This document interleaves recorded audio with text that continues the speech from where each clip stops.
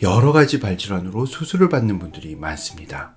그런데 최근에는 조금만 째고 수술하는 경우가 많아지고 있는데요. 그 중에서도 엄지발가락 관절이 튀어나온 무지외반증에 대한 최소 침습 수술이 요즘 아주 많은 관심을 받고 있습니다. 특히나 족부 수술은 섬세하고 정확하게 해야 하는데요. 과연 조금만 째고 해도 괜찮을까요? 그래서 오늘은 우리나라의 최소 침습 무지외반증 수술을 최초로 도입하신 이모세 원장님을 모시고 말씀 나눠보도록 하겠습니다.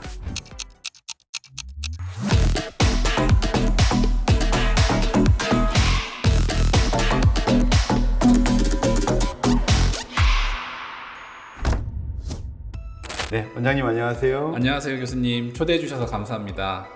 연세 100% 병원 이모세 원장입니다.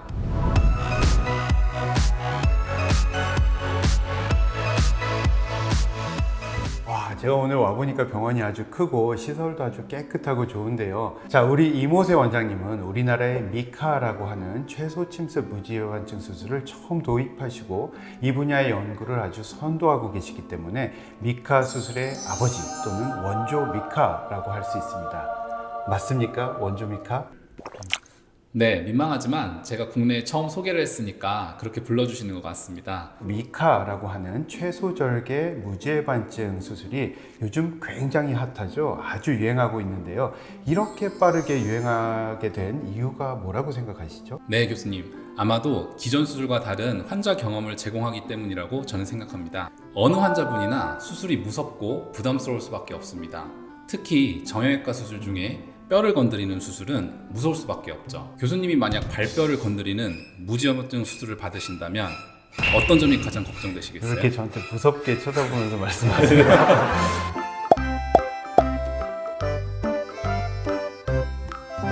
제가 무지외반증 수술을 받는다면 일단 수술 후에 많이 아플까봐 통증이 좀 걱정될 것 같고요. 그 다음에 또 일을 해야 되는데 얼마나 쉬어야 되는지 그 부분이 좀 걱정이 될 것 같습니다. 교수님이 말씀하신 것처럼 수술 후 심한 통증, 긴 회복 기간이 기존 절개형 무지외반 수술의 단점이었습니다.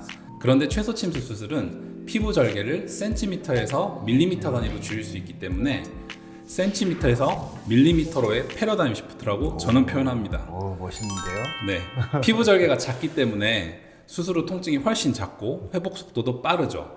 따라서 수술 후 환자가 느끼는 환자 경험의 부담이 적어졌다고 생각합니다.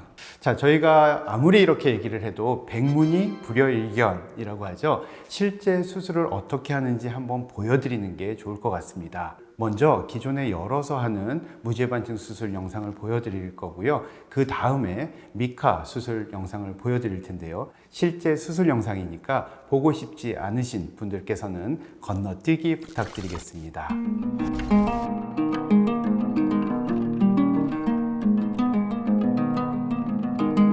무지외반증에 대한 원위절골술 및 에이킨절골술 수술 영상입니다.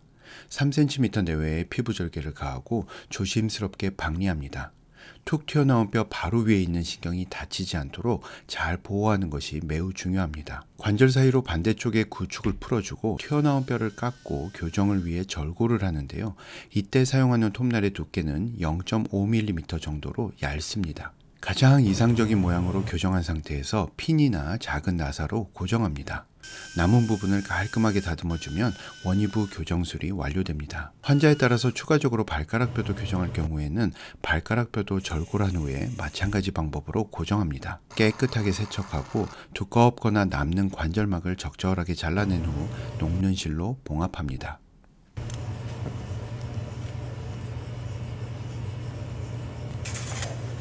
실제 미카 수술 영상입니다. 보시는 것처럼 2mm 피부 구멍을 3군데 뚫습니다. 이후에 과도하게 튀어나온 뼈를 절삭하게 됩니다.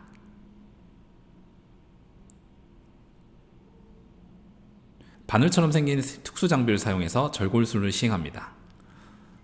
방금 절골술이 마무리가 됐습니다. 교정을 하기 전 금속핀을 미리 삽입해 두고요. 절골된 뼈를 투시 엑스레이를 통해 교정하는 모습입니다. 이후 금속 핀이나 나사로 고정을 견고하게 합니다. 환자분에 따라서는 엄지발가락에도 추가 교정이 필요한 경우가 있습니다. 절골술 이후에 나사로 고정을 합니다. 추가적으로 돌출된 뼈를 절삭하고 뚫었던 구멍을 소독합니다. 마지막으로 구멍에 반창고를 붙임으로써 미카 수술이 마무리됩니다. 이렇게 영상으로 비교를 해보니까 확실히 이해가 되네요. 수술 후 통증에 대해 먼저 좀 여쭤보고 싶은데요. 어차피 둘 다 뼈를 자르는 수술이니까 전혀 안 아플 수는 없을 텐데 미카의 경우는 훨씬 덜 아프다면서요? 네, 무죄반증 수술 후 환자는 뼈에서 오는 통증과 뼈를 노출시키기 위해 절개한 상처 부위에서 오는 통증 두 가지로 힘들어합니다. 말씀하신 대로 미카 역시 절골술을 하기 때문에 뼈에서 오는 통증이 있고 이 때문에 무통주사를 일일이 사용합니다. 하지만 절개수술법과 달리 피부 절개가 미미하기 때문에 상처로 인한 통증이 덜하게 되죠. 그래서 환자분들이 마약성 진통제나 추가적인 경구 진통제를 복용 안 하시는 경우가 흔합니다. 네, 수술 후 회복 기간도 빠르다고 하셨는데 기존 수술의 경우 수술 후 하루 이틀 뒤부터 보조기를 신고 이제 뒤꿈치와 바깥쪽을 디디면서 좀 걷기 시작하고요. 또 운동화 신고 하는 것도 한 6주 정도면 가능하잖아요. 맞습니다. 그런데 이런 회복 기간에도 차이가 있나요? 말씀하신 대로 미카 역시 절골술을 하기 때문에 뼈가 어느 정도 아문데 걸리는 시간은 똑같이 6에서 8주 정도 걸립니다. 그렇겠죠. 네. 네. 또 그리고 똑같이 보조기 신발도 4주 정도 착용은 하게 됩니다. 하지만 이와 별개로 환자분들이 수술이 회복이 빠르다고 느끼는 이유는 수술 직후 통증과 부종이 적기 때문에 일상생활에 필요한 발 동작이 금방 가능하기 때문입니다. 그렇군요. 네. 보시는 영상은 제가 양발을 동시에 최소 침습 무지해방 교정술을 해드리고 3개월 차에 외래에서 찍은 동영상입니다. 보시는 것처럼 자연스럽게 엄지발가락에 힘을 주고 점프도 하고 까치발까지 가능한 것을 확인하실 수 있습니다. 그렇군요. 확실히 통증과 회복이 빠르긴 빠른 것 같습니다. 그러면 어느 정도 심한 변형까지 우리가 미카 수술로 가능할까요? 사실 기존에는 수술 방법이 굉장히 많고요. 그 수술 방법마다 교정할 수 있는 정도가 조금씩 다르기 때문에 그 환자의 심한 정도, 변형의 정도에 맞춰서 가장 적합한 수술 방법을 선택해서 하잖아요. 미카 수술은 어느 정도 심한 변형까지 수술할 수 있나요? 이것은 수술하는 사람의 경험에 따라 좀 달라질 수 있을 것 같습니다. 경험이 풍부하다면 아주 심한 케이스도 가능합니다. 증례를 하나 보여드리겠습니다. 누가 봐도 심한 케이스인데요. 그러네요. 심하네요. 일반적으로는 변형이 심할수록 안 열어서 큰 수술이 필요하게 됩니다. 최소 침습 무지해반증 교정술로도 열어서 하는 수술 못지않게 잘 교정할 수 있습니다. 수술 전후 엑스레이입니다. 그리고 수술 전후 발사진입니다. 많이 이뻐졌네요. 같은 분의 발사진입니다. 네. 같은 분의 발사진 같지가 않네요. 확실히 좋아졌는데요. 선생님 너무 잘된 것만 보여주시는 거 아닌가요? 이 정도가 평균입니다. 이 정도가 평균입니다. 그런가요? 다 이 정도는 하시잖아요. 다 이 정도는 하시잖아요. 자, 그러면 좋은 건 알겠는데 제가 그러면 조금 더 공격적인 질문을 한번 드려봐도 될까요? 네, 하시죠. 네, 2023년 현재 대한민국에서 무지해반증 수술을 하는 정형외과 선생님들 중에서 미카를 하시는 분들보다는 아직 기존에 열어서 하는 방법을 더 선호하시는 분들이 훨씬 많으신데요. 그분들의 얘기를 들어보면 최소 침습 수술은 좀 대충 하는 거 아니야? 라고들 생각하시는 분들이 많거든요. 열어서 하면 우리가 보면서 하기 때문에 깔끔하고 섬세하게 마치 예술가가 된 것처럼 조각하듯이 이렇게 뼈를 깨끗하게 하는데 최소 침습은 구멍 속으로 기구를 넣고 어느 정도 감으로 엑스레이만 보면서 하기 때문에 좀 투박하지 않느냐라는 말씀들이 있으세요. 네, 많이들 물어보시는 질문 중에 하나입니다. 또 이 최소 침습 무지해방 교정술을 반대하시는 교수님들이 하시는 말씀이기도 하고요. 서전의 감에 많이 의존하는 것은 사실이지만 미카 수술은 수술장에서 투시 엑스레이를 사용하기 때문에 온전히 감으로 하지 않고 정교하게 수술합니다. 아마 이런 엑스레이 사진 때문에 미카 수술이 좀 투박하다, 뼈가 어긋나 보인다, 이런 말씀을 하시는 것 같습니다. 노란색 화살표 보이시죠? 네네, 많이 어긋나 있는 것처럼 보이네요. 그렇죠. 하지만 시간이 지난 후 뼈의 재생이 잘 이루어진 다음에 어떠신 것 같나요? 굉장히 이쁘게 리모델링이 아주 잘 됐는데요. 아무래도 최소 침습이라서 골막과 연부 조직 박리를 좀 적게 하기 때문에 그만큼 혈관이 살아있고 그래서 더 리모델링이 잘 되지 않나 생각이 좀 드네요. 미카가 무조건 다 좋다라고 할 수는 없을 텐데요. 이 수술에 단점이 있다면? 기존 절개 수술의 장점이 미카 수술의 단점이라고 생각하시면 됩니다. 일례로 열어서 해결할 수 있는 병변이 있을 때는 당연히 열어서 절개형 수술을 해야 더 좋은 결과를 얻을 수 있습니다. 그렇겠죠. 네, 골밀도가 낮아서 뼈 이식이 필요하거나 뼈에 구멍이 나 있는 낭종이 있거나 그렇죠. 관절막이 너무 두꺼워져 있어서 좀 절개를 해주셔야 되는 분도 분명히 있거든요. 그렇죠. 또 변형이 너무 심하신 분들은 신경이 해부학적 위치를 벗어났기 때문에 이전술이 필요한 경우도 있습니다. 이런 경우 무리하게 미카 수술을 시도하면은 좋지 않은 결과가 발생하겠죠. 그렇죠. 따라서 미카 수술도 선별적으로 당연히 시행돼야 되고 가장 큰 단점은 아직까지 정형외과 레지던트 트레이닝 기간에 노출이 쉬운 장비가 아닙니다. 그렇죠. 따라서 배우기가 좀 어렵죠. 네, 배우기가 어렵습니다. 하는 사람이 적으니까 가르치기도 어렵습니다. 보여줄 수가 없으니까 그렇죠. 네. 감에 많이 의존하니까 네, 네, 네. 그 부분이 가장 어려운 단점이라고 생각을 합니다. 다른 얘기로 배우기 어렵다는 것은 준비되지 않은 상태에서 했을 때 후유증이나 합병증이 열어서 하는 절개형 수술보다 많이 발생할 수 있습니다. 아, 그럴 가능성이 있겠네요. 네. 자, 그러면 재발률은 좀 어떤가요?